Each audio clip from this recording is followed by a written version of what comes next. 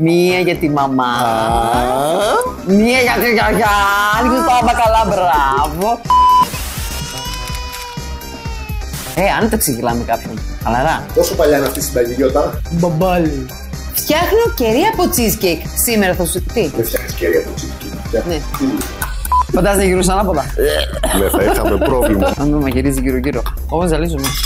Πήγα και πήρα ένα γύρο να φάω. Και έτσι πως έπιασα την πίτα σε κάποια φάση, είχα σκουπιστεί, είχα κάνει τα πάντα πριν με τα κεριά, δεν είχα πληθεί όμως. Και με το που πιάνω την πίτα και ζουκετρώ, λέω: γιατί μου τον αλλάξαν το γύρο, έχει πολύ άσχημη γεύση. Αχ, Θεέ μου, τι πάθαμε με τον Παναγιώτη. Δεν μπορεί να φάει ένα γύρο, ο έρμος δεν μπορεί. Άσε, το χάλασα μόνος μου. Τον έφαγες τελικά. Τον έφαγα, δεν τον Εννοείται τον έφαγα.